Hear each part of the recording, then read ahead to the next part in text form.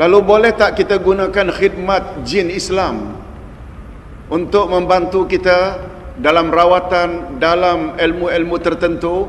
Jawabnya tak boleh. Apa sebab? Awak berhubungan dengan jin yang mendakwa dia Islam. Dia boleh tak tipu awak? Awak tak nampak dia? Kita sesama kita pun boleh ditipu walaupun nampak. Berapa banyak kita ditipu oleh kawan kita sendiri? Ini kan pula dan berurusan dengan makhluk halus. Jin pembohong, syaitan pembohong.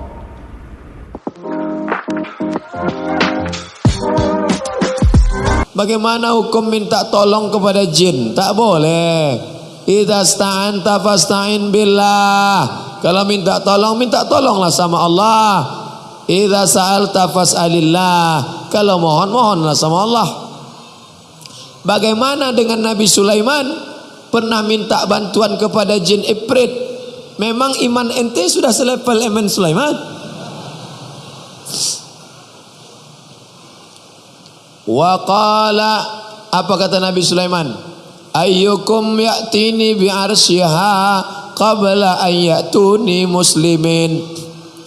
Ya ayyuhal mala'u, wahai pasukan tentaraku, siapa di antara kalian yang bisa membawa kursi Balqis? Konteks Sulaiman bukan minta, tapi dia sebagai raja memanggil panglimanya. Panglima, sanggup kau membawa kursi Balqis? Salah satu tentara Sulaiman jin Ifrit. Kasusnya sekarang orang-orang dukun itu bukan memerintah, tapi dia minta tolong. Hai jin segala jin, hantu segala hantu, datanglah. Begitu jin datang, wani pero. Dia yang membawakan sajen. Kalau kau tolong aku, nanti ku bawakan ini. Nanti bapak kalau pergi jauh naik pesawat, coba pilih film King Arthur. King Arthur, atau cari di King Arthur menikam anaknya. Pertama bininya ditikamnya. Rupanya darah bininya itu untuk sajen. Ada di dalam kolam besar, dia menyimpan hantu dalam bentuk cumi-cumi, sotong. Tapi kepalanya kepala perempuan. Ini King Arthur ini raja Inggris. Semi fiksi tapi kisah nyata yang dibumbu-bumbu. Nah, jadi dulu mereka pun di barat itu berkawan sama hantu setan. Rupanya cerita orang mengambil darah istrinya, mati bininya. Yang terakhir, kalau kau mau tetap berkuasa, kami ingin darah yang lebih mahal. Siapa? Anak gadismu. Anak gadisnya dibunuhnya. Rupanya orang-orang barat pun dulu percaya juga sama. Nah, cuman setelah dibakar abad ke-15, segala dukun-dukun hantu-hantu dibakar mereka, kecuali satu selamat. Itulah Dracula.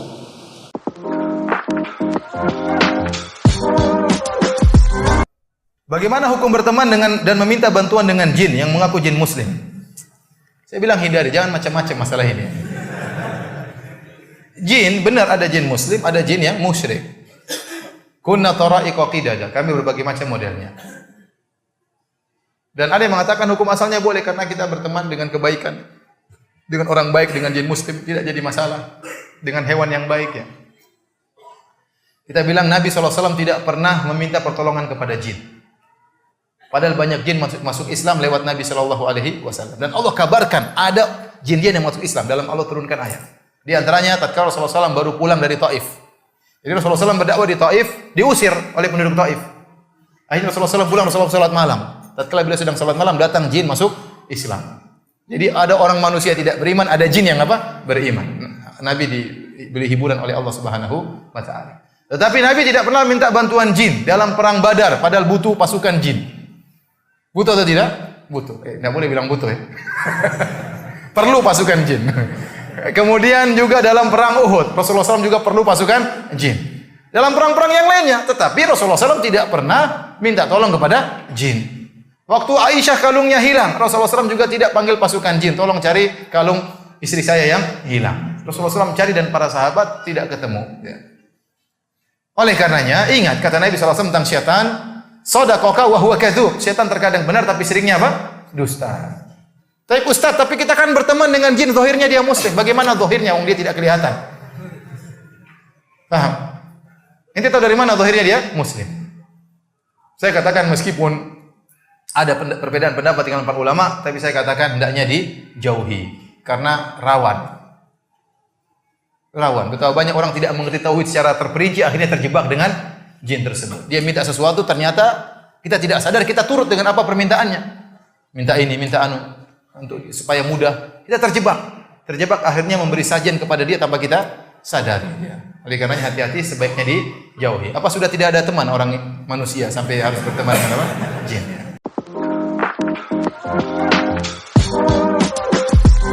Kan sekarang sedang marak-marak nih orang-orang iseng berhubungan dengan jin dia. Itu biarkan, tidak usah banyak dipikirkan. Itu sudah ada di Quran, jadi jangan aneh gitu ya. Tugas kita cuma menghindarinya saja. Quran surah ke-72 ayat ke-6 ya. Quran surah 72 Al-Jinn ayat yang ke-6.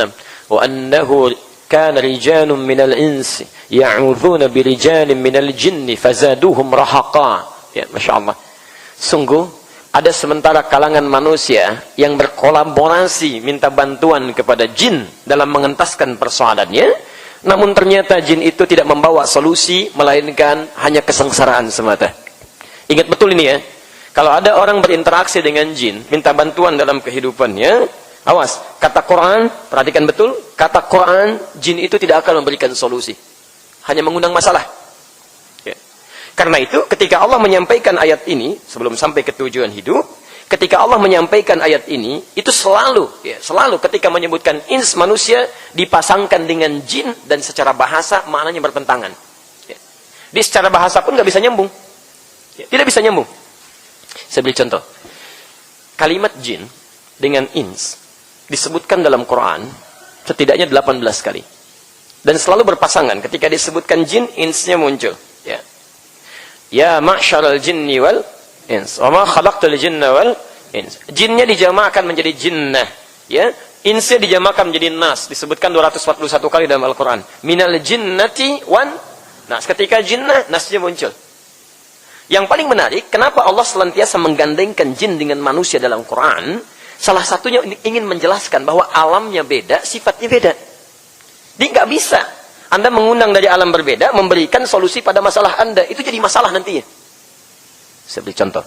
Jin, secara bahasa, itu artinya sesuatu yang tersembunyi. Nggak nampak. Ya. Di fitrahnya memang tersembunyi. Baik. Jadi ketika dilahirkan sampai dengan beraktivitas, dia sembunyi, tidak nampak. Ya. Jadi kalau dia misalnya melakukan penampakan, itu artinya sedang keluar dari fitrahnya. Itu pasti jin bermasalah itu. Hati-hati ya. Jin itu fitrahnya tersembunyi. Ketika melakukan penampakan berarti sedang punya masalah itu. Ya. Yang lebih punya masalah kalau ada manusia cari-cari penampakan jin. Nah itu. Ya. Itu yang persoalan itu ya. Baik. Satu itu. Yang kedua, jin disebut dengan jin itu mengandung arti sesuatu yang tidak harmoni, tidak lembut. Kasar dia. Bawaannya kasar. Ya. Silahkan cek. Kalau ada orang misalnya ya, dimasuki oleh jin pun pasti perilakunya nggak ada yang lembut. Saya belum pernah dengar ada orang kemasukan jin datang ke sini, Pak, mohon izin mau ikut ta'lim. Nggak ada. Pasti kalau tidak meracau lisannya, mengacau tindakannya. Karena sifatnya beda. Manusia ins, tampak, kelihatan. Jin tersembunyi, manusia tampak. Ingat, ketika dilahirkan oleh ibundanya tampak. Bagaimana parasnya, keadaannya, dirinya, tangisannya. Belum pernah ditemukan ada seorang ibu melahirkan anak, anaknya nggak ada tapi nangis. Ya, gitu kan. Pasti nampak gitu. Jadi kalau ada manusia yang kemudian mencoba untuk sembunyi-sembunyi pada yang tidak wajar, sulit tampak, itu pasti sedang keluar dari persoalan hidup fitrahnya. Keluar dari fitrahnya. Ya. Masuk ke rumah, sembunyi-sembunyi, ada pintu depan lewat jendela, gitu kan. Masuk ke masjid, sembunyi-sembunyi, orang saf udah ke depan di mojok-mojok, itu pasti manusia sedang punya masalah. Betul, keluar dari fitrahnya. Ya. Sama. Jin kasar, ins lembut. Manusia itu lembut. Lembut, saking lembutnya, Masya Allah, ketika baru dilahirkan, disayang-sayang, dipeluk oleh siapapun, dan sebagainya. Saking lembutnya. Jadi kalau kemudian dia tumbuh, menjadi kasar lisannya, kasar perilakunya, kasar tangannya, ada yang salah dalam kehidupannya. Ada yang salah.